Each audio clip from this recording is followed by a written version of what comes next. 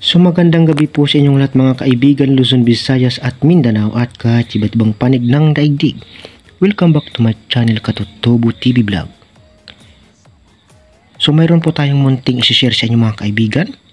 Ito po ay patungkol sa isang perang papel na 5 piso na galing po sa ating kaibigan. Hiniram lang po natin. Pumayag naman po siya. Akala ko kasi mga kaibigan nagbibiro lang. Mayroon daw po pala na totoo.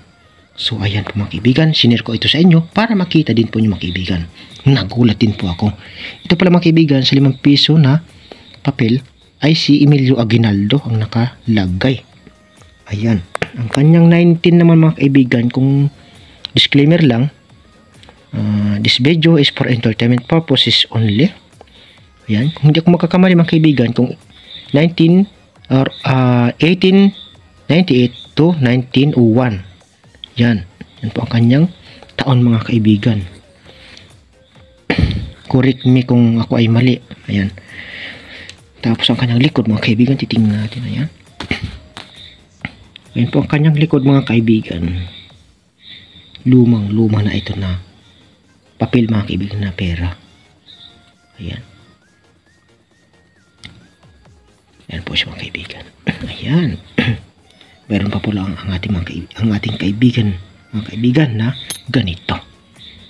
Kaya naisipan kong i-share at ipakita sa inyo kung talagang totoo nga. Ayan.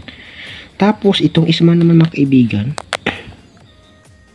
ayan, yung lalaki na nakasakay sa kabayo. Ayan. Hindi ko lang kung sino po ito mga kaibigan. Tapos ang kanyang likod ay may logo. Logo yata ito. Yan po ang kanyang likod mga kaibigan. Ang kanyang 19 ay 1980. Yan.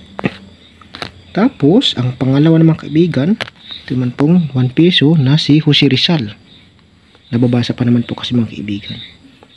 Ayan. Ang kanya namang likod ay 1978. Yan. 1970 ang kanyang likod mga kaibigan. Pusa. Tapos ito pong pantatlo ay Jose Rizal din. Pero malaki naman po ito mga kaibigan. Halos kasi laki na po na 10 piso o 20.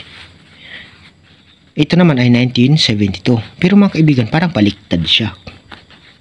Tingnan nyo. Ito yung ulo ni Jose Rizal. Pabaliktarin natin. Nandun po yung kanyang taon nakalagay.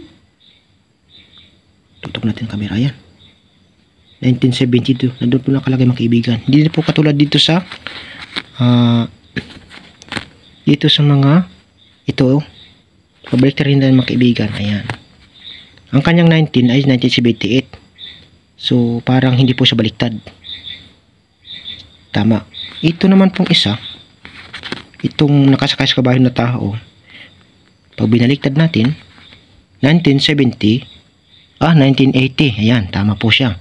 Samantalang ito naman po mga kaibigan, kapag nakaganyan siya, itong malaking piso na ito, or pera, kapag binaliktad natin, nandun po yung kanyang numero. Ang 1972 ay nandito nakalagay mga kaibigan. Pupunta po doon. Hindi ko lang kung error po ang tawag dyan o sadyang ganyan po. Kasi wala na po akong nakabutan na ganito mga kaibigan sa amin. Sa lulo ko siguro mga kaibigan mayroon po noon. Kaso pinagparty-party na po yata yun ng mga tiyuhin ko noon. Hindi ko lang kung nasaan na po ngayon mga kaibigan. So ayan. Yan na po ang aking na share sa inyo mga kaibigan. Hindi ko lang kung error ito. Baliktad ho yata. Parang baliktad lang mga kaibigan. Ayan.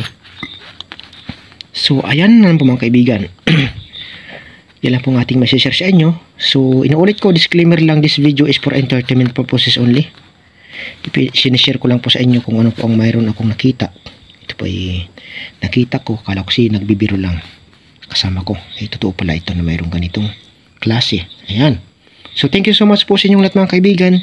Kung nagustuhan po ninyo aking video, huwag po ninyong kalimutang mag-like, mag-share at higit sa lahat mag-subscribe para lagi pa rin po kayong updated sa mga susunod kong video na i-upload. Hanggang dito na lang mga kaibigan. God bless us all. Bye-bye you. Chwing!